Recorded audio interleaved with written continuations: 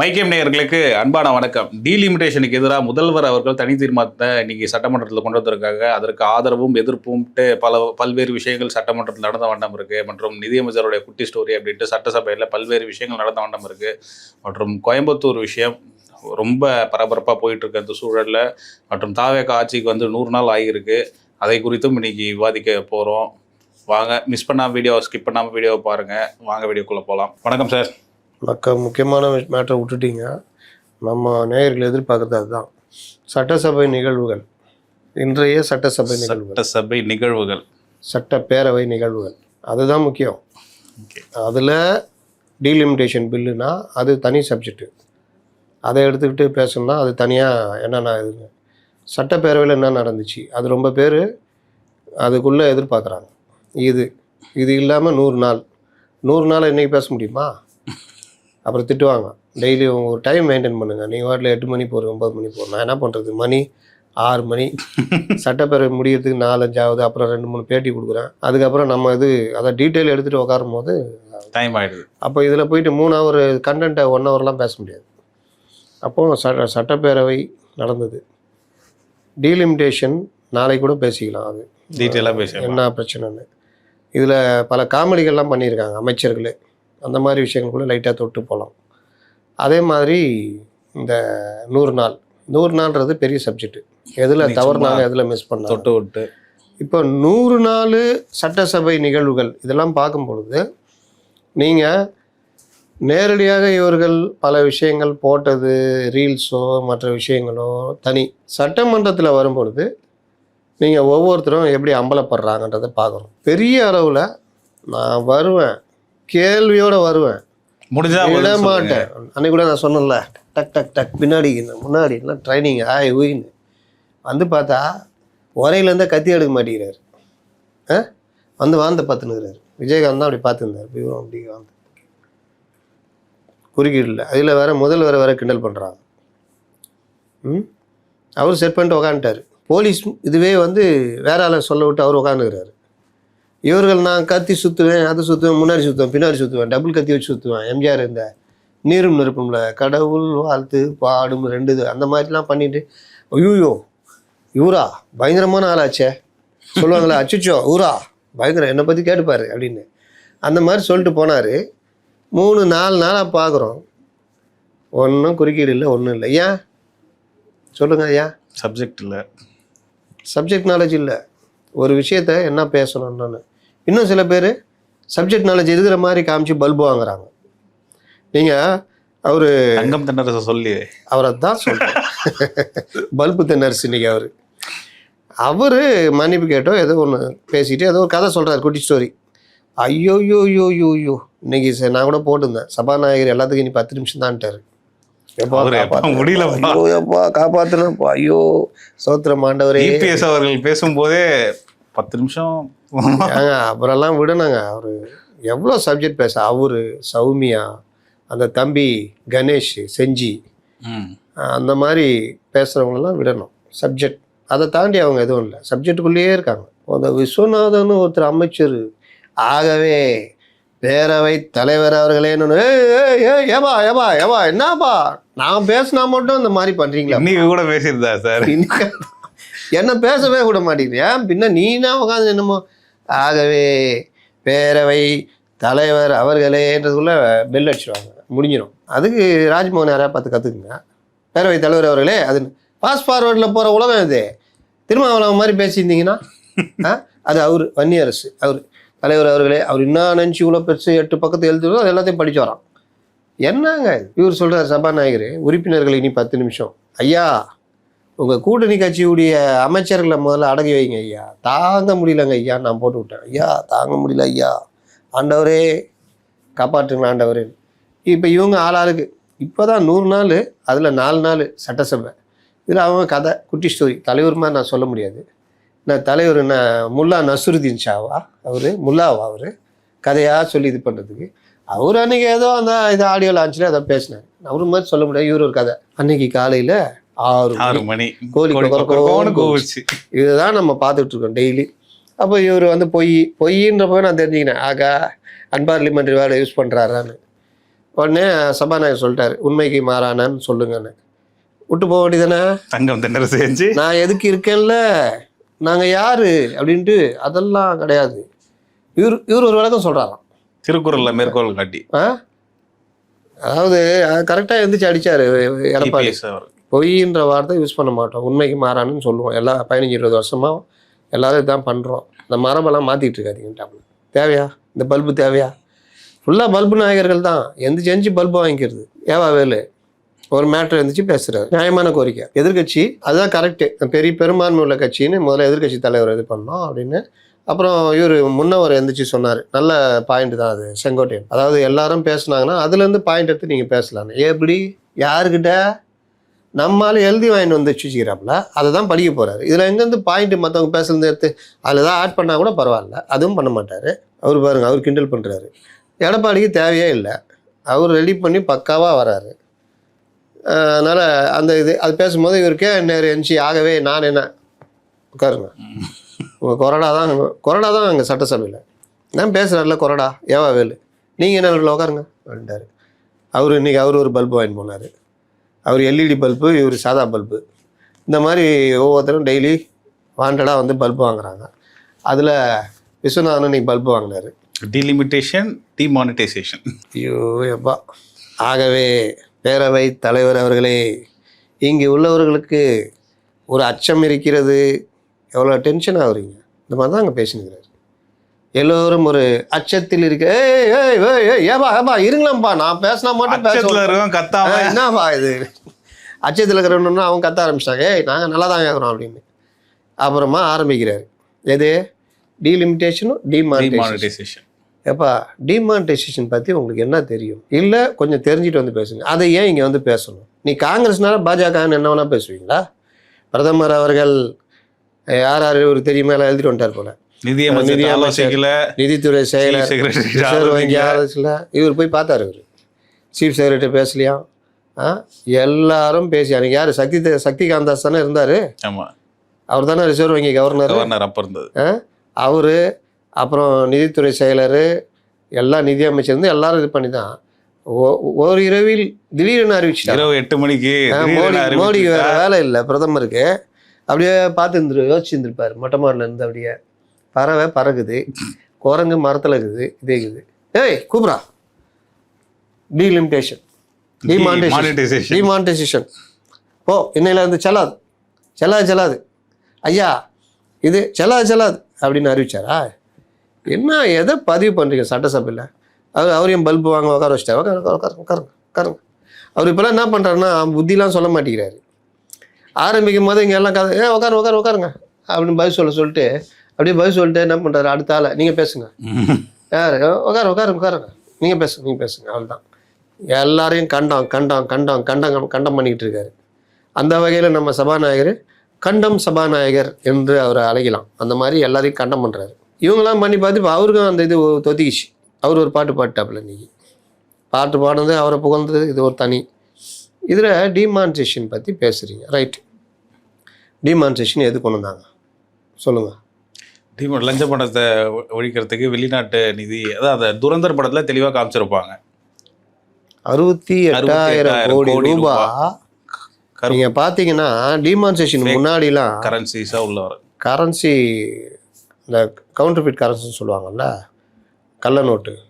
கள்ள நோட்டுன்னா பாகிஸ்தான் என்ன பண்ணுறாங்கன்னா, நம்ம என்ன கரன்சி பேப்பர் யூஸ் பண்ணுறோமோ அந்த பேப்பர், அதான் ஒரு நாடே அடித்தா எப்படி இருக்கும், ஒரு நாட்டுடைய பொருளாதாரத்தை காலி பண்ணுறதுக்கு கரன்சி ஃபேக் கரன்சிஸை வந்து உள்ள, அந்த கரன்சி கூட யாரோ பிளேட்டு கொடுத்தாங்களாம் வந்துச்சு. சரி அதை விட்டுருங்க.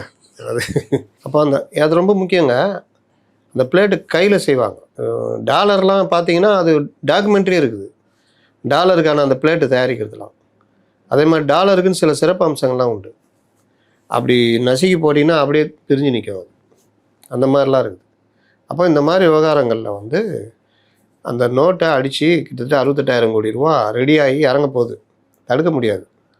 அப்போ வேறு வழியிலன்னா ஒரு ஆலோசனைலாம் பண்ணி அதுக்கப்புறம் தான் டீலிமிட்டேஷன் அறிவிக்கிறாங்க, இது டிமானிட்டைசேஷன் அறிவிக்கிறாங்க. இது ஒன்று.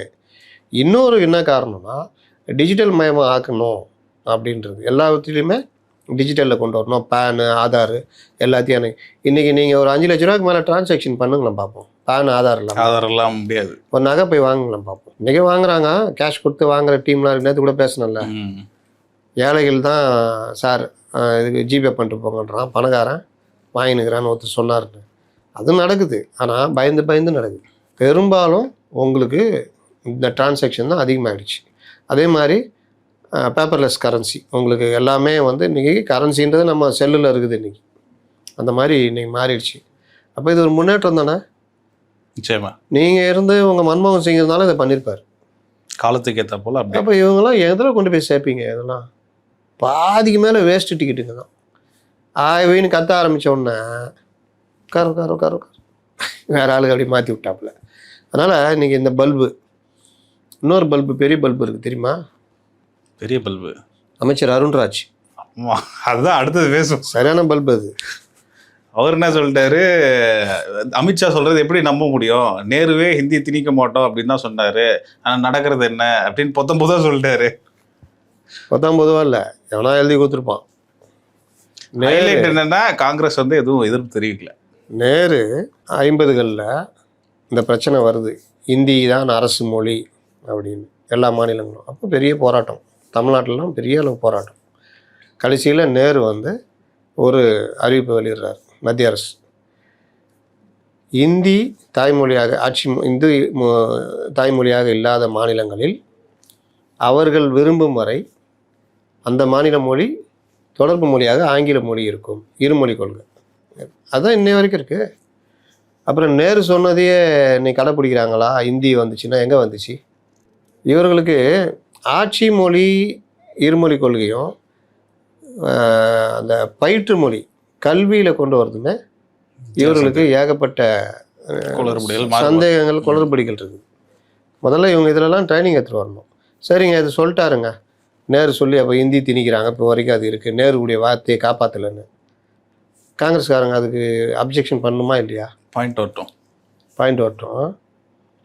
1க்கு 4 5 பேர் இருக்கிறாங்க, 2 அமைச்சர்கள் வர.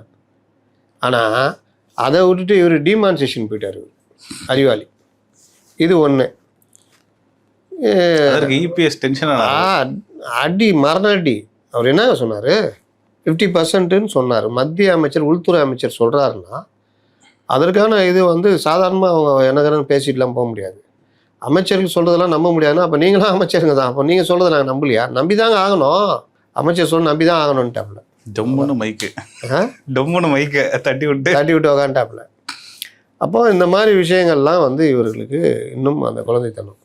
இன்னொரு பல்பு இருந்துச்சே, இன்னொரு பல்பு, நீ ஃபுல்லாக பல்பு மயம்தான். கோவையில் அந்த தனியார் இந்துஸ்தான் காலேஜ்னு அவர் மினிஸ்டர் பேர் சொல்லிட்டார். அந்த காலேஜில் 3ஆம் ஆண்டு படிக்கிற மாணவன் அமுதன் ஏதோ ஒரு விஷயத்தில் போலீஸு கூப்பிட்டு போகிறாங்க, வர சொல்கிறாங்க. ஏதோ விசாரணைக்கு வர வச்சவரை, உன்னை நான் விடணும்னா அங்கே யார் கஞ்சா இதெல்லாம் விற்கிறாங்கன்னு எனக்கு சொல்லு. அப்போது அங்கே அதெல்லாம் நடக்குதுன்னு தெரியும். அந்த பையன் வந்து தானாக போய் இவங்களாம் விற்கிறாங்க அப்படின்லாம் சொல்லலை. வேறு ஏதோ ஒரு வழக்கு விசாரணை கூப்பிட்டுட்டு இதெல்லாம் சொன்னால் அவனை வீட்டுக்கு அனுப்பிச்சிடுறேன்ற மாதிரி சொல்லி அவன்கிட்ட வாங்குறாங்க. அவன் பயப்படுறான். அதுக்கு பிறகு இல்லைப்பா, தகவல் யாருக்கும் வராது, அதனால் நீ சொல்லு அப்படின்னோன்னு சொல்கிறான். அந்த தகவல் அவர்களுக்கு போகுது. அவர்கள் வந்து என் பையனை அடிச்சே கொண்டுட்டாங்க. இதுதான் அந்த பேரண்ட்ஸுடைய ஸ்டேட்மெண்ட். அந்த பையன் அதுக்கப்புறம் போலீஸ் சைடில் அதை சொல்லியிருக்காங்க போல், நீ இருக்காத போயிடு அப்படின்னா. போயிட்டு தான் ஊருக்கு போயிட்டு தான் வந்திருக்கான் போல். அதான் அவங்க பேரண்ட்டு சொல்கிறாரு, அவங்க அப்பா. அப்போ எவ்வளோ ஒரு கொடூரமான மரணம். இதை வந்து கவன ஈர்ப்பு தீர்மானம் கொண்டு வராங்க. அதை சொல்லுங்கள், மென்ஷன் பண்ணுங்கன்றார் சபாநாயகர். மென்ஷன் பண்ணான்னா, ஐயா திங்கக்கிழமை எடுத்துக்கிறேன்றார். ஐயா கோவையில் அந்த போதைப்பொருள் விற்கிற மாணவர்கள் சம்மந்தமாக தகவல் சொன்னதை, அந்த தகவலை அவங்களுக்கே லீக் பண்ணி அதனால் அந்த மாணவன் அடித்து கொல்லப்பட்டிருக்கான், இது சம்மந்தமாக பேசணும் தான். இவ்வளோதான். நம்ம ஆளுக்கு எழுதி கொடுத்துக்கிறாங்களே, எழுதி பச்சுன்னுக்கிறாப்புல, நிறுத்துங்கன்ட்டாப்புல. இது நடந்துகிட்டு இருக்கும்போது அங்கே பள்ளி கல்வித்துறை அமைச்சர் சக மாணவர்களுடன் பள்ளி கல்வித்துறை அமைச்சருக்கும் இந்த தகவலுக்கும் என்ன சம்பந்தம் இருக்குது?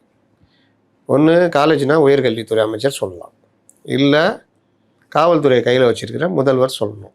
இதில் இவர்கள் என்ன பண்ணுறாங்கன்னா, நீங்கள் புதுசு, பேச்சுலாம் அப்படி தான் வருது. ஒரு அம்மா, எனக்கு வாய்ப்பு கொடுத்த சபாநாயகர் அவர்களுக்கு மனமார்ந்த நன்றியை தெரிவித்துக் கொள்கிறேன் அப்படின்னு சொல்லி முடிக்கணும். அந்த அம்மா என்ன பண்ண, ஜோசியக்காரங்க அந்த அம்மா, எனக்கு வாய்ப்பு கொடுத்த சபாநாயகர் அவர்களுக்கு மன்மத நன்றியை தெரிவித்துக் கொள்கிறேன்றான். ஆகலையா? அது பெரிய அளவில் ட்ரால் ஆயிடுச்சு. நான் உட்காந்து யோசிச்சுக்கிட்டு இருக்கிறேன், இந்த மாதிரி வார்த்தையும் கிடையாது, இப்படி சொன்னால் ட்ரால் ஆகும். அதுக்கு என்ன சொல்கிறாங்க, ஏன் அந்த அம்மாவுடைய வீடியோலாம் நீங்கள் பார்த்தது இல்லையான்றாங்க. டப்புன்னு அப்படி கனெக்ட் பண்ணுறான். என்ன அவங்க மாதிரியெல்லாம் போடுவாங்க வீடியோ. அவங்க ஐயோ இது வேற இருக்குதா, நமக்கு இதெல்லாம் டைம் இல்லைப்பா. அப்படி ஒருவேளை மன்மத நன்றியாக இருக்குமோ அப்படின்னு. இல்லையே, எங்கேயோ இடிக்குது, எதையோ சொல்ல வந்துக்கிறாங்க, மாற்றி சொல்லிட்டாங்க. நம்ம இவர் மரிய வில்சன் மாதிரி அவர் 20,000 அது ஒரு இது ஓடுது. ஏம்மா மார்க்கெட்டு போனியா? போனேன். எவ்வளோ ஆச்சு செலவு? 1250, 350. அந்த இது ஒரு 1250 ரூபா. சரி, டிஃபன் இதெல்லாம் வாங்கினா 350 ரூபா. சரி, அது எப்படி 1250, 350 ரூபா ஆகும் அப்படின்னு. ஓ, சேலம் 3000 கத்துனா, ஆமாம், இது ஒரு 1200. அப்போ 3000, 1200. இது ஒரு 350. 3000, 1200, 350. அவன் தலையில் கை வச்சுக்குவான் வீட்டுக்காரன். ஐயோ போ போ போ, நான் இப்போ தப்பா இல்லை போ போ, நீ கரெக்டாக தான் சொல்கிற அப்படின்னு. அந்த மாதிரி தான் அவர் பட்ஜெட்டில் ஏதோ வார்த்தை விட்டாப்புல. பாவம், அவர் தமிழ் தகராறு ஏதோ சொல்கிறேன், மன்னிச்சு விட்டுலாம், அதெல்லாம் மேட்டரே கிடையாது. அந்த மாதிரி இந்த அம்மா மன்மத வணக்கம். மன்மத வணக்கம்னா என்ன? மன்மத வணக்கம் நான் யோசிச்சுட்டே இருக்கிறேன். அதுதான் பக்கத்தில் இருக்கிறேன், மன்மத வணக்கம்னா வேற என்ன? அவன் பக்கத்தில் சொல்கிறாப்புல, ஏங்க மனமார்ந்தன்னு இருக்குமா? ஆமால, இந்த வார்த்தை சொல்லலாம்ல, எனக்கு வாய்ப்பளித்த சபாநாயகர் அவர்களுக்கு மனமார்ந்த நன்றி தெரியும். ஓ, மனமார்ந்ததா மன்மதனா மாறிச்சா கொய்யால. அது 2-3 நாளாக ஓடினுக்குதே, மன்மத நன்றி அப்படின்னு போட்டு. அதான் அதுக்குன்னு டீம் இருக்குதே இந்த சைடு, அது எடுத்து போட்டுன்னு பெருசாகிக்கணும். அப்போ இவர் சொன்னோன்னா அவர் எந்திரிச்சிட்டார். யார்? ராஜ்மோகன், பள்ளி கல்வித்துறை அமைச்சர். எந்திரிச்சிட்டு இது இந்த விஷயத்தில் பார்த்தீங்கன்னா அப்படின்னாரு. இவங்களுக்கு என்னன்னா, திங்கக்கிழமை விவாதத்துக்கு எடுத்துட்டேன்னு சபாநாயகர் சொல்லிட்டாரு. அப்புறம் எதுக்கு இவர்? இல்லை ஒரு ஸ்மால் கிளாரிஃபிகேஷன் அப்படின்றாரு. சரி, ஏதோ சபாநாயகரும் சரி ஏதோ சொல்ல போகிறாரு பார்த்தா அவருக்கு ரொம்ப இன்ட்ரெஸ்ட் இவர் பேசணுன்னா. ஏன்னா அந்த அடி அடிக்கிறார்ல, மரணடி. அதனால் இன்றைக்கும் ஏதோ மரணடி அடிக்கிறான்னு பார்த்தா அவர் ஒரு பல்பு வாங்கிக்கிறார். அது வந்து பார்த்தீங்கன்னா மாணவர்களே நடந்த கோஷ்டி முதல் சக மாணவர்கள் சபாநாயகர் பார்த்தாரா, அப்போ தான் யாரோ ஒருத்தருக்கு தலையை கொடுத்தாங்க. தலையை கொடுத்தவொடனே தேனி மாவட்டம், நீங்கள் பேசுங்க. அதுக்கு இன்னொருத்தர் தலையை கொடுத்தாரு, நீங்கள் பேசுங்க. ஆரம்பிச்சு, நீங்கள் பேசுங்க. டைவர்ட் பண்ணி விட்டு நீங்கள் பேசுங்க. ஏப்பா போதும், பெருசாக வாங்கிட்டே அப்புறம் பெரிய சிக்கலாகிடும், உட்கார் அப்படின்ட்டாப்புல. இந்த மாதிரி இந்த அமைச்சர்களும் இந்த மாதிரி, அதாவது பதில் சொல்லணுன்றதுக்காக இன்னைக்கு அந்த சட்டசபையில் தொடர்ச்சியாக பார்க்கும்பொழுது நம்ம ஏற்கனவே சொன்னோம், நீங்கள் புதுசு மரபுகளை சில இடங்களில் மீறுறீங்க, சில இடங்களில் மாற்றி கூட சொல்கிறாங்க. இப்போ முதலமைச்சர் இதை எடுத்துக்கிட்டு அன்னைக்கு கூட பல கேள்விகள்லாம் வந்துச்சு, நம்ம இதில் கமெண்ட்ஸில் கூட வந்துச்சு. அதே எப்படி இந்த துறை அமைச்சர் இந்த துறை இது சொல்லலான்னு. இப்போ முதல்வரே சில விஷயங்களை சொல்லியிருக்கலாம், அதனால் சொல்லியிருக்கலாம். ஆனால் பெரும்பாலும் அந்த துறை அமைச்சர்கள் தான் அதுக்கு பதில் சொல்லணும் அப்படின்னு. ஆனால் இந்த ஒரு வாரம் 10 நாளாக பார்த்தா விவசாயத்தை பற்றி ஒரு இது மீமே ஓடுது. விவசாயத்தை பற்றி ரமேஷ் பேசுகிறாரு, அறநிலையத்துறை அமைச்சர். இல்லை அறநிலையத்துறை அமைச்சர். இன்னொருத்தர் நெல் கரும்பு பற்றி பேசுகிறாரு. இவர் யார், விவசாயத்துறை அமைச்சரான்னு கேட்டால் இல்லை, இவர் வந்து பொதுப்பணித்துறை அமைச்சர். அப்புறம் வேறு ஏதாவது காவிரி நீர் பற்றி பேசுகிற இவங்க யாருன்னு கேட்டால் இவங்க வந்து இந்த தொழில்துறை அமைச்சர். இந்த மாதிரி ஒவ்வொருத்தரும் இவர் யாரு நிதி பற்றி பேசுகிறாரு, இவர் யாருன்னு பார்த்தா சுகாதாரத்துறை அமைச்சர்ன்றாங்க. இந்த மாதிரி ஒவ்வொருத்தருமே மாற்றி மாற்றி மாற்றி எல்லாத்துக்கும் பதில் சொல்கிறாரு. இவர் யார், முதலமைச்சரான்னு கேட்குறாங்க. யார்? அவர் பள்ளி கல்வித்துறை அமைச்சர். இப்போ முதலமைச்சர் இதை கூட சில இது இன்றைக்கே நான் சொன்னேன்ல, ஒன்று முதலமைச்சர் அதுக்கு பதில் சொல்லணும், இல்லை உயர்கல்வித்துறை அமைச்சர் சொல்லணும். உயர்கல்வித்துறை அமைச்சர் சொல்லியதுக்குள்ளே திங்கக்கிழமை வந்துட்டு இருக்கோம். ஆகவே பேரவை தலைவர் அவர்களே, கோவை குனியமுத்தூர் ஏப்பா இருங்களாம்ப்பா, என்ன பேச விடுங்களாம்ப்பா, என்னப்பா நீ அப்படின்னு ஆயிட்டு இருக்கோம். அதனால் அப்போ அவரவர்கள் துறை சார்ந்த விஷயங்களில் மேக்சிமம் ஃபாலோ பண்ணணும். அப்போது இந்த நீங்கள் புதுசுன்றதுக்காக எல்லா மரபையும் உடச்சிக்கிட்டு இருந்தாங்க நியாயம். சபாநாயகர் ஏன் சார் இதை ரிமைண்ட் பண்ணல? அவங்களுக்கு என்னென்னா பதில் யாராவது சொல்லணுன்றதுக்காக இப்போ அவர் என்ன சொல்லுவார், மாண்புமிகு சுகாதாரத்துறை அமைச்சர் பேசுங்க அப்படின்னுவார். அவர் எந்திரிச்சு நிதி அமைச்சருக்கு பதில் சொல்லியிருந்தாருன்னா என்ன பண்ண முடியும்? அப்போ இவங்க தான் யாராவது கேட்கணும், ஏங்க என்னங்க இது துறை சார்ந்ததை விட்டு வேறு யாராவது பதில் சொல்லிட்டு இருக்கிறாங்க அப்படின்றது. சில நேரங்கள் மட்டும் ஒரு சின்ன கிளாரிஃபிகேஷனை தான் பண்ணுவாங்க. அதை எல்லா டைம்லேயும் எல்லாருமே இப்படி பண்ணியிருந்தாங்கன்னா அது நல்லா இருக்காதுல்ல. அப்போ அந்த மாதிரி மரபுகள் மீறப்பட்டாலும் அதுவும் நல்லா இருக்காது. மரபுகள் மீறது ஒரு பக்கம்னா ஈகோ கிளாஷ் ஒரு பக்கம். முதலமைச்சர் இன்னைக்கு வராரு சிரிச்ச முகத்தோட, அந்த எண்டு வரைக்கும் போய் எல்லாருக்கும் வணக்கம் சொல்கிறார். இந்த எண்டுலேருந்து அங்கே காமராஜ் கடைசியில் உட்காந்துருப்பார். எந்த காமராஜ்? பெருந்தலைவர் இல்லை, அமமுக காமராஜ். அந்த எண்டு வரைக்கும் போகிற எல்லாம் எந்திரிச்சு சௌமியா எல்லாம் எந்திரிச்சு நின்று நம்ம முன்னாள் முதல்வர் எடப்பாடி பழனிசாமி ஒன்று எந்திரிச்சு வணக்கம் சொல்கிறான். அப்படியே வணக்கம் சொல்லிட்டே அப்படி வராரு அவர் சீட்டுக்கு. ஒரு 2 பேர் மட்டும் அப்படியே உட்காந்துக்கிறாங்க. அது அவங்களும் அப்போ தான் குஞ்சு எதோ தேர்ந்துக்கிறாங்க கீழே, சில்லறையை காணும் எங்கே பார்க்க அப்படி இப்படி. அவ்வளோவா யூகோ? இப்போ அவர் மக்களால் தேர்ந்தெடுக்கப்பட்ட முதலமைச்சருங்க. அவர் ஒரு முதல்வர் வரும்பொழுது கேட்டால் அதெல்லாம் அவை மரபு என்பது கிடையாது, பேரவை தலைவருக்கு மட்டுமே வணக்கம் வைக்கணும் அப்படிலாம் கிடையாது. ஒரு மியூச்சுவல். இங்கெல்லாம் இவ்வளோ ஸ்டப்பாகிறீங்களே, டீலிமிட்டேஷனில் காட்ட வேண்டியது தானே. அதை டீலிமிட்டேஷனில் திமுகவின் ரெட்டை வேடம் பார்த்தீங்களா நீங்கள்? ஆமாம். திமுக என்ன சொல்லிச்சு? டீலிமிட்டேஷன் இந்த பிரச்சனை ஆரம்பிச்சப்போ என்ன சொல்லுவாங்க, எங்களுக்கு 50% கிராஜுவலாக எல்லா ஸ்டேட்டுக்கும் அந்த 7.1% 50%ன்றது கிராஜுவலாக கொண்டு போகிறதுல எல்லா மாநிலத்துக்கும் அந்த இது கொண்டு வரதில்ல, அதை அந்த சட்ட திருத்தத்தில் கொண்டு வந்தாங்க ஆட் பண்ணாங்கன்னா எங்களுக்கு ஆட்சேபனை இல்லை. அதே நேரம் நடுவில் அதை மாற்றி ஏதாவது திருத்தம் கொண்டு வராமல் இருக்கிறதுக்கு 25 வருஷத்துக்கு இதை சீல் பண்ணிடணும். இது 2 இருந்தால் எங்களுக்கு ஆட்சேபனை இல்லைன்னாங்க. சரி, இன்றைக்கி டீலிமிட்டேஷனில் இன்றைக்கி தாவேகா கொண்டு வந்ததில் 50% கூடுதலாக ஏற்றுனா, அதாவது கணேஷ் பேசினாப்புல ரொம்ப அற்புதமாக டீட்டெயிலாக சொல்லியிருந்தார். ஒரு மாவட்டம், ஒரு ஜில்லா, ஒரு தாலுகா, ஒரு ஒன்றியம், ஒரு மாநகராட்சி, சென்னை மாநகராட்சி மட்டும்தான் தமிழ்நாட்டில் இருந்தது. அதுக்கப்புறம் எத்தனை மாநகராட்சிகள் வந்தது, எத்தனை நகராட்சிகள், எத்தனை ஊராட்சிகள், மாவட்டங்கள் பிரித்தது, இந்த மாதிரிலாம் வருது.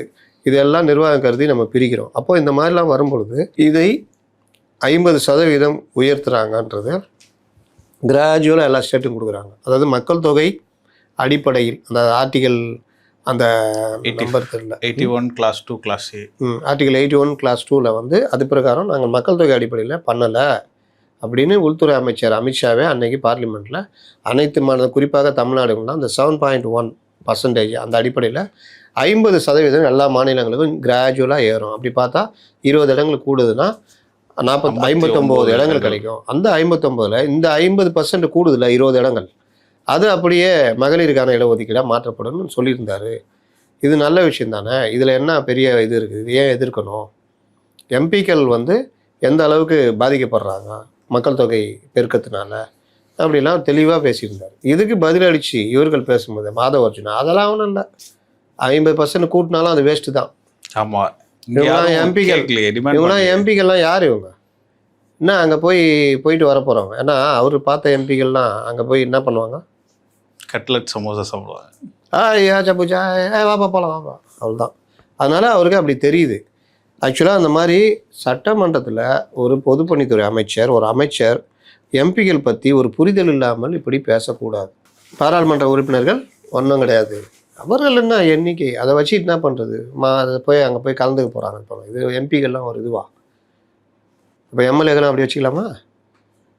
சட்டமன்றம் நடக்குது, சட்டமன்றத்தில் சட்டம் இயற்றுவது சம்பந்தமாக தனி தீர்மானம், பல்வேறு விஷயங்கள் எல்லாரும் மக்கள் பார்க்குறாங்க, எல்லாருமே தெரிஞ்சுக்கிறாங்க. ஒத்திவைப்பு தீர்மானம்னா என்ன, தனி தீர்மானம்னா என்ன, கவன ஈர்ப்பு தீர்மானம்னா என்ன, இந்த மாதிரி பல விஷயங்கள் நடக்குது.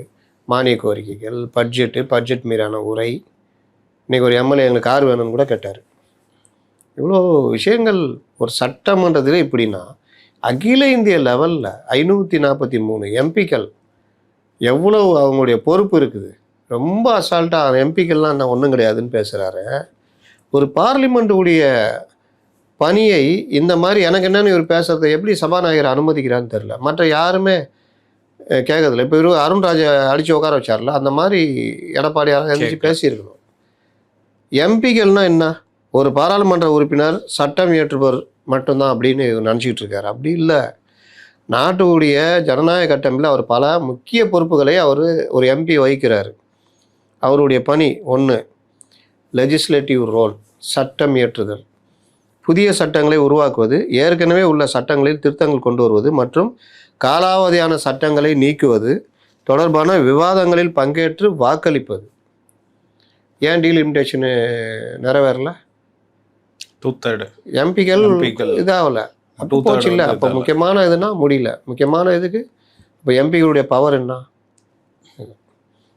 ரெண்டாவது, அரசின் கொள்கைகளை கண்காணித்தல், எக்ஸிக்யூட்டிவ் ஓவர்சைட். அதில் மத்திய அரசு நாட்டின் நிதியை எவ்வாறு செலவிடுகிறது என்பதை கண்காணிப்பது, அமைச்சர்களின் செயல்பாடுகள் மீது கேள்வி எழுப்புவது மற்றும் அரசின் கொள்கைகளில் உள்ள குறைகளை சுட்டிக்காட்டுவது. நாடாளுமன்ற கேள்விகள் நேரம் 0 ஹவர் மற்றும் இந்த கொஷின் ஹவர் மற்றும் 0 நேரம் 0 ஹவர் ஆகியவற்றின் மூலம் அமைச்சர்களிடமிருந்து அரசு திட்டங்கள் குறித்த அந்த மேட்ரு, அந்த விஷயங்கள்லாம் வாங்குவது, இல்லாட்டி பதில்களை வாங்குவது. இது எவ்வளோ பெரிய முக்கியமான விஷயம். ஒரு நாட்டில் நடக்கிற விஷயம், இன்றைக்கி நான் எங்கேயோ நடக்கிறது, இல்லை பொதுமக்களை பாதிக்கிறது, அதை ஒரு 0 ஹவரில் 0 ஹவரில் கொண்டு வரதுன்னு. இது இல்லாமல் தேவையற்ற விஷயங்களுக்காக போராடி சம்சா சாப்பிடுவது. இல்லை அது இல்லை, என் மனசில் இருக்கிறத சொல்லிட்டேன். நிதி மேலாண்மை, ஃபினான்ஷியல் கண்ட்ரோல், நாட்டின் மத்திய பட்ஜெட்டை ஆராய்ந்து விவாதித்து அரசுக்கு தேவையான நிதி ஒதுக்கீட்டுக்கு ஒப்புதல் அளிப்பது. சேம் இதே பேட்டர்ன் தான் சட்டசபையில். இது எல்லாத்தையும் பார்த்துட்டு இவருக்கு வேலையே கிடையாது எம்பிகளுக்குன்னு சொன்னால் என்ன கணக்குது? வரி விதிப்பு மற்றும் பொது நிதி செலவீனங்கள் மீது பாராளுமன்றத்தின் மூலம் கட்டுப்பாடு செலுத்துவது. ஏங்க நீங்கள் இந்த நிதி, இந்த மாதிரி விஷயங்கள், இராணுவம், இது வெளிநாட்டு பிரச்சனை, ஒரு போர், இல்லாட்டி உள்நாட்டு பிரச்சனை, ஏகப்பட்ட விஷயங்கள். யாருங்க அதெல்லாம் உட்காந்து பார்லிமெண்ட்டில் பேசுறது? அங்கே சம்சா கட்டில் தயாரிக்கிறோம் நான் பேசுகிறோம், எம்பிகள் தானே. எவ்வளோ காரசார விவாதங்கள் நடக்குது. மக்களின் குரலாக ஒலித்தல், இதுதான் முக்கியம். தான் சார்ந்த தொகுதி மக்களின் தேவைகள், குறைகள் மற்றும் கோரிக்கைகளை நாடாளுமன்றத்தின் கவனத்திற்கு கொண்டு செல்வது. பிராந்திய அளவிலான சிக்கல்களுக்கு தீர்வு காண மத்திய அமைச்சகங்களை நாடி போராடுவது. இதுக்கு ஏகப்பட்ட உதாரணங்கள் சொல்லலாம். அப்புறம் தொகுதி மேம்பாடு, நாடாளுமன்ற உறுப்பினர் லோக்கல் தொகுதி மேம்பாடு நிதி, அதாவது MPLADS மூலம் தனது தொகுதிக்குட்பட்ட பகுதிகளில் குடிநீர், சாலை, கல்வி, சுகாதாரம் போன்ற அடிப்படை மற்றும் உள்கட்டமைப்பு வசதிகளை மேம்படுத்துவதற்கான திட்டங்களை செயல்படுது. பெரும் தொகை 5 கோடி ரூபா நம்ம ஒரு வருஷத்துக்கு கொடுக்குறாங்கன்னு நினைக்கிறேன். ஆமாம், ஒரு எம்பிக்கு. அப்போ அவர் தொகுதியில் நம்ம எல்லாம் பார்ப்போம், ஒரு பஸ் ஸ்டாண்டு, MP தொகுதி பெயர் பலகை. சில பேர் நல்லா பண்ணுவாங்க. சில மார்க்சிஸ்ட் கம்யூனிஸ்ட் கட்சி எம்பிகள், இப்போ இருக்கிற சு வெங்கடேசனா எப்படின்னு தெரியாதுங்க, எனக்கு தெரியாதுங்க. முன்னாடி இருக்கிறவங்க கூப்பிட்டு அந்த மாநில கலெக்டரு யாராக கொடுத்துருவாங்க, கரெக்டாக அதை செலவு பண்ணுங்கன்றாங்க. 40% 30%லாம் கிடையாது. அப்போ மற்றவங்க தெரியாது. அவனே சொல்லுவான், சார் ஓகே சார், ஓகே பார்த்துக்குமா. CPMல அது கிடையாது. மற்ற கட்சிகளில் எனக்கு தெரியாது. பெரும்பாலும் நேர்மையாக செலவு பண்ணுறவங்களாம் இருக்கிறாங்க. 5 கோடி வாங்கி கொடுத்து பண்ணுறவங்களாம் இருக்காங்க. அப்புறம் கமிட்டி ஒர்க்கு, நாடாளுமன்ற நிலைக்குழுக்கள், பார்லிமெண்ட்ரி ஸ்டாண்டிங் கமிட்டி, இதுதான் ரொம்ப முக்கியம். இந்த இப்போ FCRA, அதில் நேற்று சொன்னலாம் நெருடலான விஷயங்கள், அந்த விஷயங்கள்லாம் இப்போ ஸ்டாண்டிங் கமிட்டிக்கு அமைச்சிட்டாங்க. இந்த ஆய்வுக்குழு, கூட்டுக்குழு, இதிலெல்லாம் இதில் நல்லா படித்தவங்க இருப்பாங்க. முக்கியமான அது பல கட்சியிலேருந்து பிரதிநிதிகள்லாம் போடுவாங்க. அவங்க இதை ஆய்வு பண்ணுவாங்க. பண்ணிவிட்டு இது ஓகே இல்லை, இதெல்லாம் நீக்கணும், இது இருக்கணும், இது பாதிக்குது. டீலிமிட்டேஷனுக்கே ஒரு டீம் போயிட்டு வந்துச்சு தெரியும்ல. பல விஷயங்களுக்கு எம்பிக்கள் குழு ஆய்வு பண்ணிலாம் கொடுத்துருக்காங்க. எவ்வளோ விஷயங்கள். அதே மாதிரி சேர்ந்தவங்களும் இருந்தாங்க, அதில் திமுக சேர்ந்தவங்களும் இருந்தாங்க தானே. நல்லா போடுவாங்க, இல்லாட்டி கம்னு இருப்பாங்க. இப்போ 10 பேர் ஒரு இடத்துல போய் ஆய்வு பண்ணுறாங்கன்னா அதில் 4 பேர் தெரிப்பாக இருப்பான். அது என்ன, இது என்ன, அது எப்படி, இது எப்படி, பேப்பர் ஒர்க் பண்ணுவான், எல்லாம் பண்ணுவான். 3 பேர் எனக்கு என்னென்ன இருப்பான், நான் மாப்பிள்ள சம்சாருதா பாரு, பசிக்குதுரா, பேசினே இருக்கிறான், சாப்பாடு கதை இருப்பான். இந்த மாதிரி டீமில் இருப்பாங்க தெரியுமா. போகிற இடத்துல மாப்பிள்ள நான் இது பாருங்க, அது நான் அவங்கள சொல்லுங்க. திருச்சி சிவாலாம் பக்காவாக இருப்பார் அந்த விஷயங்களில், நாலேஜ்.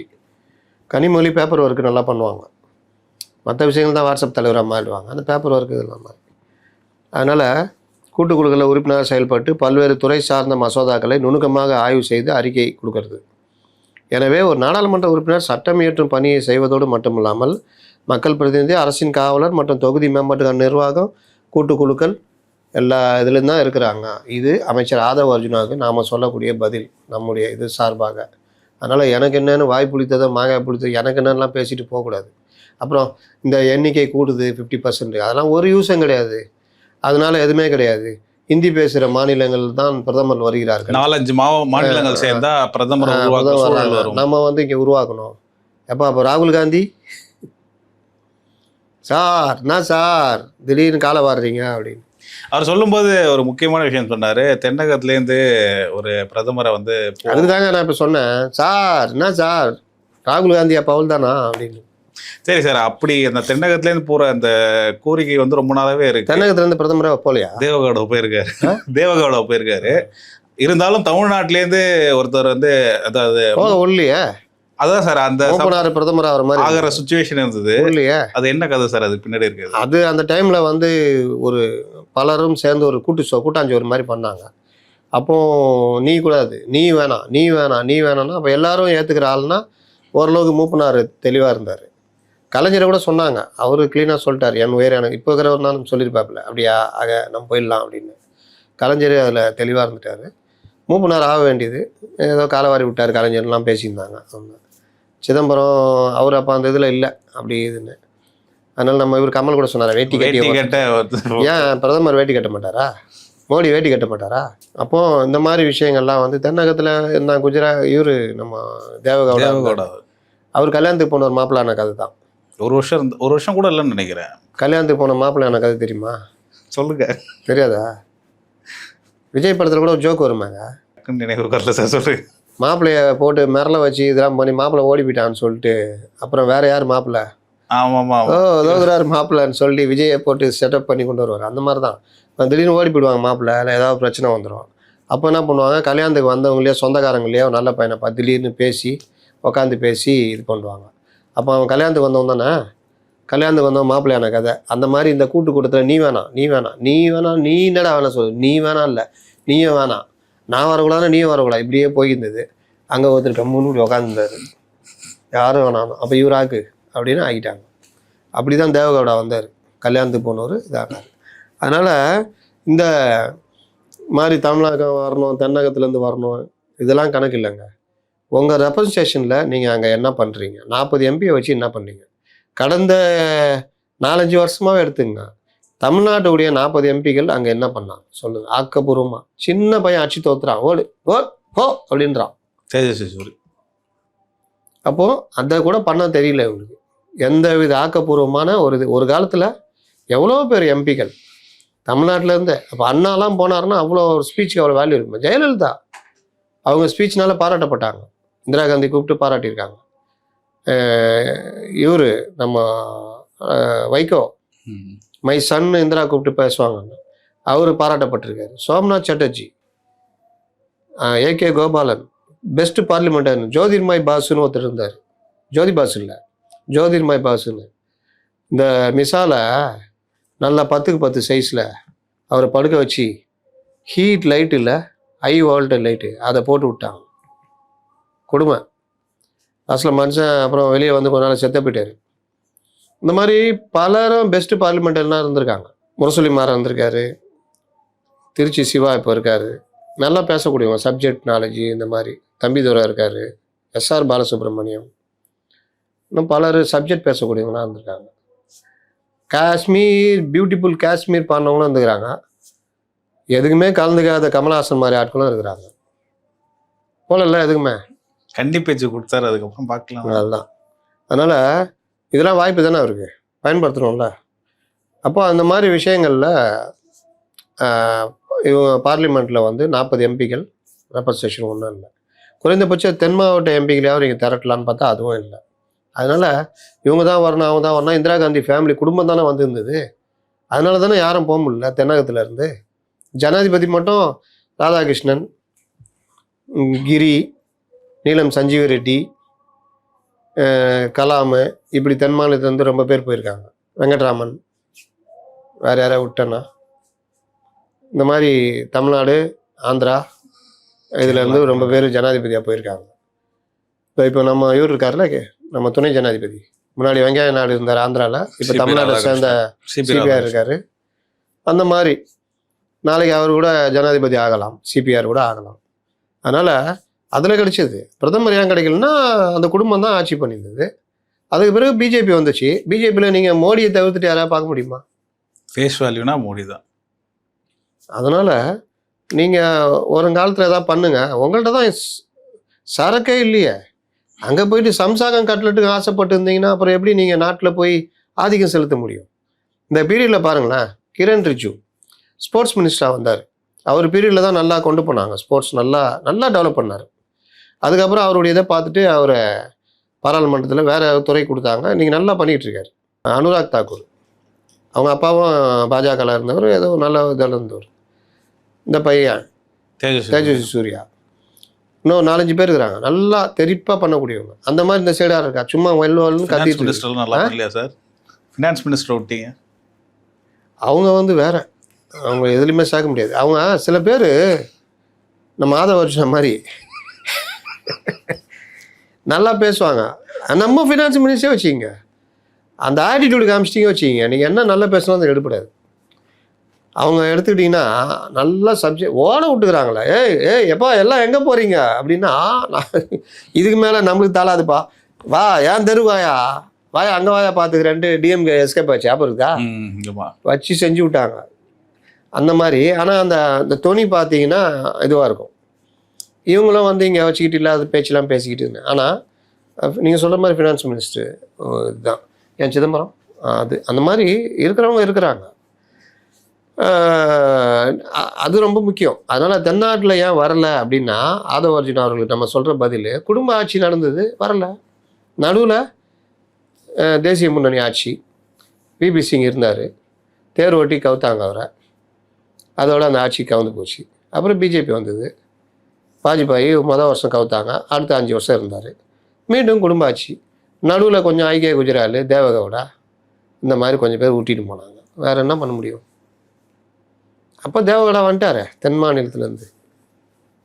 அதனால் இவர்கள் என்ன எண்ணத்தை வச்சுக்கிட்டுலாம் சொல்கிறாங்க. இன்னொன்றும் சொல்கிறாரு, இந்த மாதிரி யூஎஸில் எவ்வளோ பாப்புலேஷன் போனாலும் அந்த ரெப்ரசன்டேட்டிவ் அந்த கவுண்ட்டை வந்து இன்க்ரீஸ் பண்ணுறதே இல்லை, அப்புறம் இங்கே இன்க்ரீஸ் பண்ணோம் அதையும் முன் வைக்கிறாரு. யூஎஸ் வந்து அந்த பார்லிமெண்ட், அந்த அவங்களுடைய சிஸ்டம் இருக்குது செனட், அது செனட்டு, அதுக்கும் இந்தியாவுக்குமே அப்படியே டிஃப்ரெண்ட். நீங்கள் அம்பேத்கர் முதல்ல ஜனாதிபதி ஆட்சின்ற மாதிரி தான் பேசியிருக்காரு. அதுக்கப்புறம் அவரே இந்த பார்லிமெண்ட் மெத்தட் தான் பெஸ்ட்டுன்னு. நம்முடைய சிஸ்டம் மாதிரிலாம் அங்கே கிடையாது. ஒரு ஆளுக்கு எல்லா அதிகாரத்தையும் கொடுத்துட்டு இன்றைக்கி நாடே அனுபவிக்குதுங்க.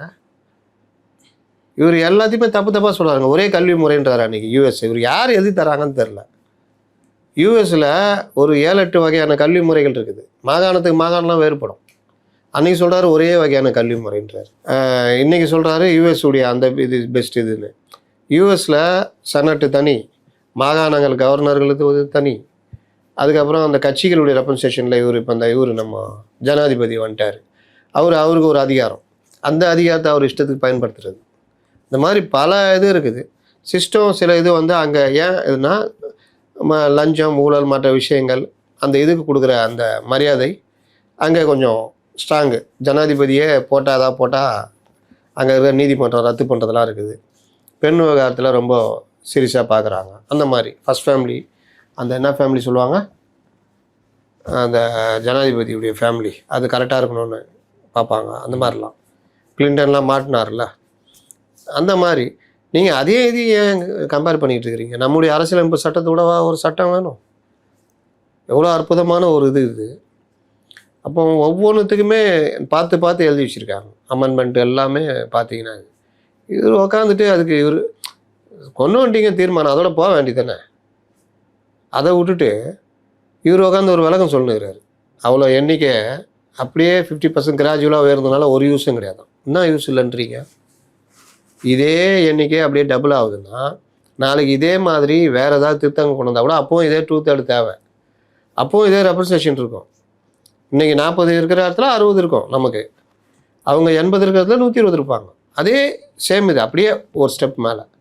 அப்போ அதில் 2/3னா நீங்கள் 900னா 600 வேணும். அப்போவும் பாஜக வந்து 450 வச்சுருந்தோன்னா தடுமாற தான் செய்யும். என்ன சொல்ல வர்றீங்க? இந்தியை உள்ளே விட மாட்டேன்றீங்க. அப்புறம் ஹிந்தி பேசுகிற மாநிலங்களில் மட்டும்தான் வாழ் வராங்கன்னா நீங்கள் இந்தியை உள்ளே விடுங்க. ஹிந்தி கற்றுக்கிறவங்களை கற்றுக்க விட்றீங்களா? எது எடுத்தாலும் திமுக பாணி, திமுக பாணி, திமுக. இந்த 100 நாள் பற்றி நாளைக்கு பேசலாம் விரிவா. ஆனால் சிம்பிளாக ஒரு விஷயம் சொல்கிறேன்.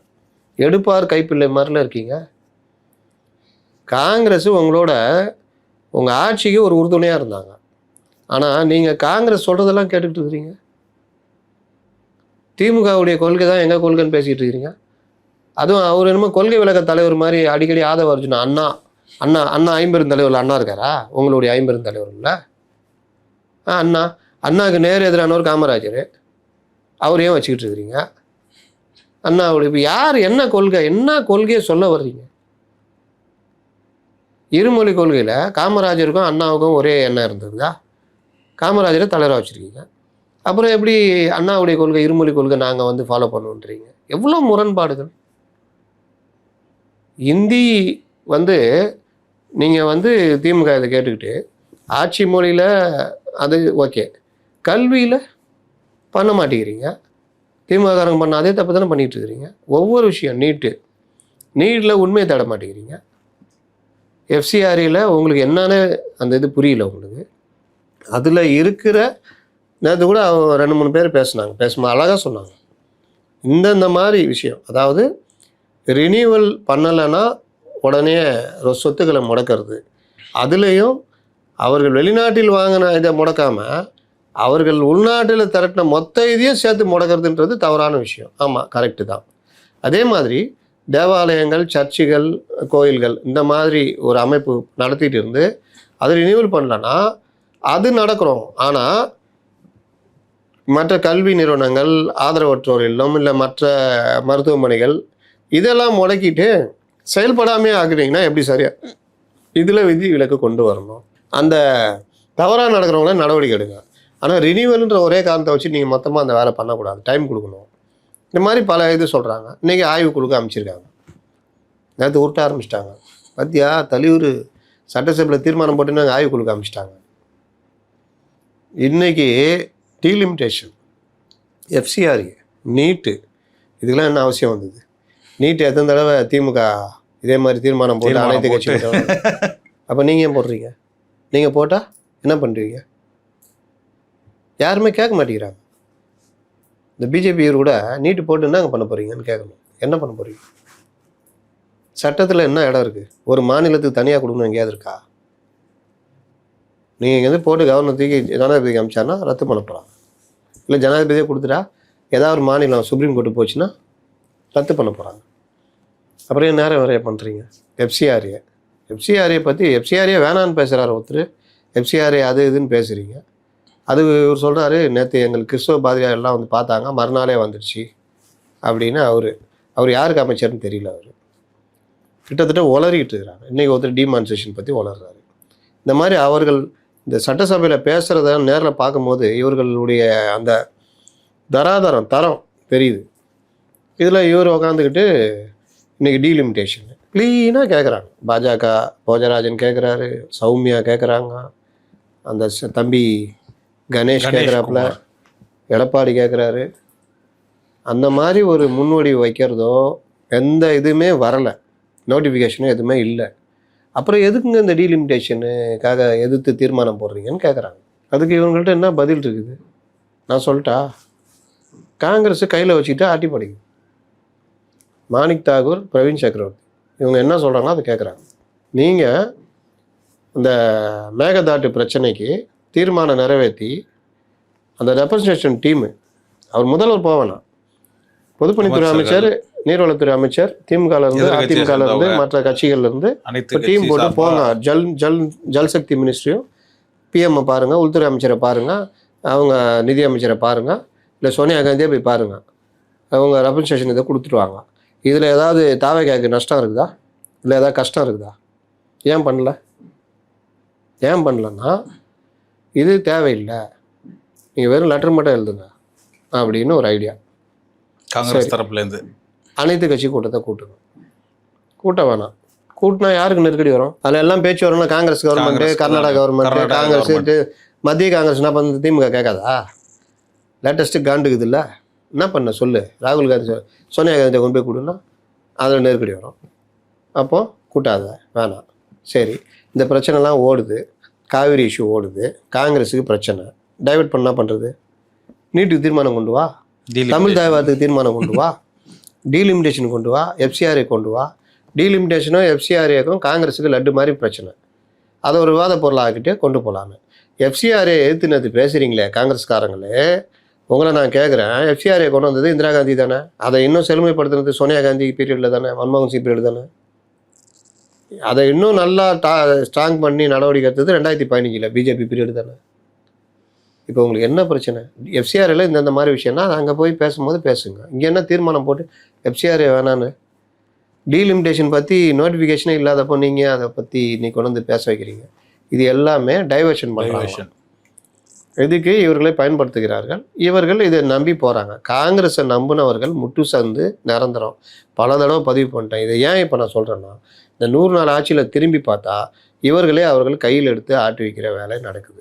இப்படி ஓப்பனாக தெரியும் போது தாவே காசுலேருந்து ஏன் இதை வந்து பெருசாக மாற்றிக்கலாம்? அவர்கள் இதை பெருமைக்குரிய விஷயமாலாம் பேசிக்கிட்டு இருக்கிறாங்க. பேசுறது ஏதாவது அர்த்தம் இருக்குதா பார்த்தீங்க? அதனால தான் நீங்கள் நேருவை பற்றி பேசும்போது காங்கிரஸ் ஒன்றும் பேசலையோ? ஒன்றும் இது பண்ணல. இன்னொன்று, டீலிமிட்டேஷனில் திமுகவை லாக் பண்ணலான்னு காங்கிரஸ் உடைய எண்ணம். திமுக நலுவர மீனில் கழுவுற மீன் நலுவர மீன் என்ன சொன்னாங்க?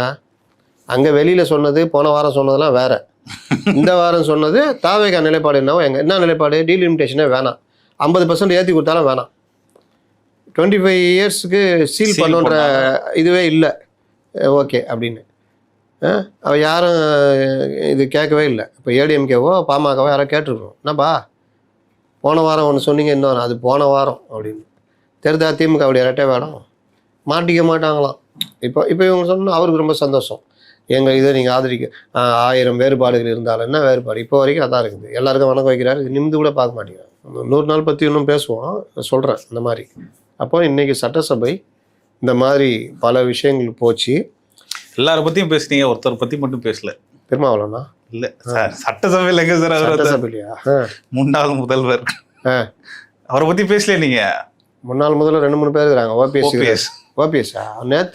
நேத்தையும் பேசியிருந்தா, நேத்தையும் பேசல. நேற்று லைட்டாக ஒரு கவுண்டர் கொடுக்குறேன்ட்டு கொடுத்தாரு ஒன்று. நேற்று லைட்டாக ஆரம்பிச்சாதுன்னு அப்படியே இதாகிடுச்சு. பாக்கெட்டில் வச்சுக்கிறது சம்மந்தமாக வாக்குவாதம் சூடாக போயிடுச்சு. அதுக்கப்புறம் இவர் ஜெயலலிதா படத்தை வச்சுக்கிறது கேவலமாக தான் அப்படின்னு ஓபிஎஸ் சொல்கிறாரு. அப்புறம் எங்கள் தலைவர் தங்க தலைவர்லாம் பேசினுக்கிறாரு. காவிரி தந்த மைந்தன், கடல் அலையின் வேந்தன், திராவிட மாடலின் நாயகன், அதுன்னு டெய்லி உட்காந்து மனப்பாடம் பண்ணிருப்பாங்க போல. ரொம்ப ஆச்சரியமாக இருக்குது. அது இன்னைக்கு என்ன பேசுனாரு? நீங்கள் அந்த சூரியன் மேட்ரு வரும்போது சூரியன் அது கவுண்டர் கொடுத்தாரு. அதெல்லாம் விட்டுருங்க. நம்ம அவ்வளோலாம் நம்ம அவ்வளோ முக்கியத்துவம் வாய்ந்த பிரச்சனைலாம் பேசக்கூடாது. சாதாரண விஷயங்கள் தான் நம்ம பேசணும். டீலிமிட்டேஷனு, எஃப்சிஆர் இந்த மாதிரி தான் பேசணும். அதனால் இந்த தீர்மானம்லாம் என்ன பண்ண போகிறீங்க? அப்படியே வச்சு கதை கட்டி இதுக்கு முன்னாடி என்ன பண்ணாலும் அடுத்த வருஷம் ரினியூவல் பண்ணுவோம். ஆமாம், திருப்பி கொண்டு வருவோம். இல்லாட்டி அனைத்து கட்சி கூட்டத்தை கூட்டுவோம், எதாவது பண்ணுவோம். இதுதான் நடந்தது. அந்த அனைத்து கட்சி கூட்டத்துக்கு அப்போ திமுக போகல. அதானே, ஏன் போல? அதிமுக போகலன்னா நாங்கள் எதிர்க்கிறோம் போல. அன்னைக்கு திமுக போகல. மேகதாது பற்றி கூட்டல, அனைத்து கட்சி கூட்டல, அதனால போல. அங்கே போனால் மாட்டுவோன்னு போனோம். சட்டசபை கொண்டு லாக் பண்ணோன்னா இப்படி மாற்றிக்கினாங்க. அன்னைக்கு அதுக்கு இந்த வேற காரணம்லாம் சொன்னாங்க. தேமுதிக தவிர திமுகவோட கூட்டணி கட்சிகள் எல்லாமே தேமுதிக அடி நிமித்திட்டாங்களா போட்டு. இன்னைக்கு அவங்க ஒன்டே வரல, அறிகுறியே காணும், அப்புறம் எதுக்கு பாயுது அப்படின்ட்டாங்க. அதனால் அது அந்தமாக வச்சு நல்லா செய்கிறாங்க அந்நியார். அதனால் அது போச்சு. சூப்பர் சார், ரொம்ப அழகாக உங்கள் கருத்துக்களை பதிவு பண்ணிட்டீங்க. மீண்டும் ஒரு நேர்காணல சந்திப்போம். நன்றி சார். இந்த வீடியோ உங்களுக்கு பிடிச்சிருக்குன்னு நம்புகிறோம். மேலும் இந்த மாதிரி பல விஷயங்களை தெரிஞ்சுக்க தொடர்ந்து மைக்கேம் சேனலை தொடர்ந்து சப்ஸ்கிரைப் பண்ணி எங்களுக்கு ஆதரவு கொடுங்க. மைக்கேம் என்டர்டைன்மெண்ட் சேனலும் அதில் போடுற வீடியோஸும் பாருங்கள். அடுத்த வீடியோவில் சந்திப்போம். நன்றி.